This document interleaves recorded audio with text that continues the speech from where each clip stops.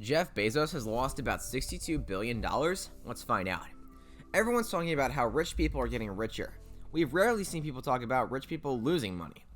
So we've decided to do some research and found out something really interesting for you guys to see. Billionaires have recently lost more than $1 trillion. Let's talk in detail about this for our video for today. So without further ado, let's dive right in. Let's start this video by talking about how much billionaires have lost. Musk's fortune plunged by almost $62 billion. Jeff Bezos saw his wealth lessen by about $63 billion. Mark Zuckerberg's net worth was cut by more than half. But that's just some of the billionaires. There's a lot more people who lost money.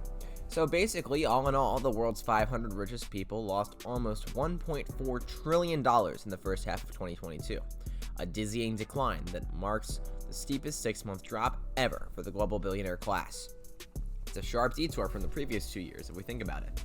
As we know, the fortunes of the ultra-rich swelled as governments and central banks unleashed unprecedented stimulus measures back in the wake of COVID-19 pandemic, increasing the value of everything from tech companies to cryptocurrencies.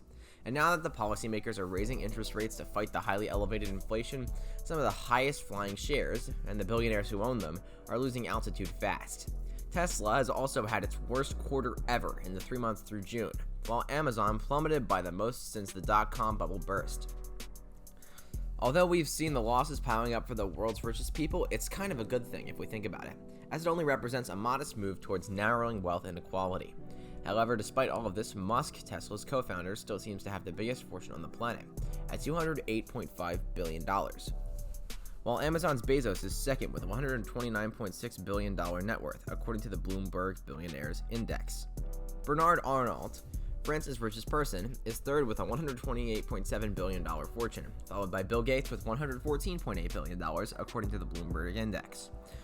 These people are the only four that are worth more than $100 billion as of now, whereas at the start of the year, 10 people exceeded that amount, including Zuckerberg, who's now 17th on the wealth list with $60 billion. The crypto pioneer, who recently debuted on the Bloomberg Billionaires Index back in January with an estimated fortune of $96 billion, has also seen his wealth tumble by almost $80 billion this year while in the middle of the turmoil in digital assets. Contrarian impulse. The billionaire class has gotten to collect so much wealth in the recent years that not only can the vast majority withstand the worst first half since 1970 for the S&P 500 index, but they're likely looking for bargains, said Thorne Perkin, president of Papamarku Wellner Asset Management. Often their mindset's a bit more contrarian, Perkin said. A lot of our clients look for opportunities when there's trouble in the streets. That held true in the first half of the year in some of the most distressed corners of the global financial markets.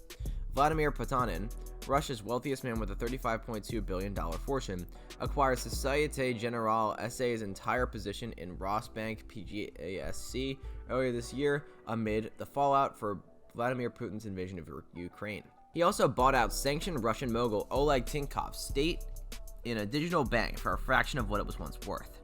Sam Bankman-Fried, Chief Executive Officer of crypto exchange FTX, bought a 7.6% stake in Robinhood Markets Incorporated in early May after the app-based brokerage shares price tumbled 77% from its hotly anticipated initial public offering last July.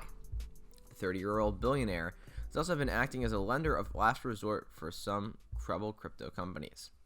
The most high-profile buyout of all belonged to Musk, who reached a $44 billion deal to buy Twitter. He offered to pay $54.20 a share. The social media company's stock traded at $37.44 at 10:25 a.m. in New York. So it was a good deal.